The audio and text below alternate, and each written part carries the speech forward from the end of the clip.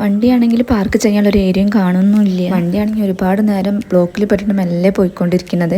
അതുകൊണ്ട് തന്നെ അതിൻ്റെ റേഡിയേറ്റർ ചൂടായിട്ടുണ്ട്. റേഡിയേറ്റർ ചൂടായിട്ട് ഒരു കരിഞ്ഞ മണം വന്നുകൊണ്ടിരിക്കുന്നുണ്ട് കേട്ടോ. ലാസ്റ്റ് ഞാനും അമ്മയും വണ്ടിയിൽ നിന്ന് ഇറങ്ങി തൊട്ടടുത്തുള്ള 2-3 വീട്ടിലൊക്കെ കയറി ചോദിച്ചിട്ടോ വണ്ടി പാർക്ക് ചെയ്യാൻ പറ്റുമെന്ന്. അവരൊന്നും സമ്മതിച്ചില്ല. ലാസ്റ്റ് ഒരു വീട്ടുകാർ സമ്മതിച്ചു. പിന്നെ ഞങ്ങൾ അവിടുന്ന് കാർ പാർക്ക് ചെയ്തതിന് ശേഷം ഇതാ ഇപ്പോൾ അമ്പലത്തേക്ക് കയറിയിട്ടുണ്ട്. ഇതാ വീണ്ടും വരി നിന്നുകൊണ്ടിരിക്കുകയാണ്. ഈ വരി വേറെ ഒന്നിനുള്ളതല്ല, അവിടെ ഒരു പുഴ ഉണ്ടല്ലോ, അപ്പോൾ ആ പുഴയിൽ പോയിട്ട് മുങ്ങി കുളിച്ചിട്ട് വേണം നമ്മൾ അമ്പലത്തേക്ക് കയറാൻ. വൈശാഖ മഹോത്സവവും പിന്നെ ഞായറാഴ്ചയും കൂടി ആയതുകൊണ്ട് ഒരുപാട് ആൾക്കാരുണ്ടായിരുന്നുണ്ട്. ജനസാഗരം തന്നെ ഉണ്ടായിരുന്നു എന്ന് പറയാം. മഴ കാരണം പുഴയത്തെ വെള്ളമാണത് കുത്തി വലിച്ച് ഒഴുകിക്കൊണ്ടിരിക്കുകയാണ്. ഇവിടെ ഒരു 2 മണിക്കൂറിലേറെ ഞങ്ങൾ ക്യൂ നിന്നിട്ടുണ്ട്. ഇങ്ങനെ പുഴയിൽ മുങ്ങി കുളിച്ച് കയറിയിട്ടുണ്ട്.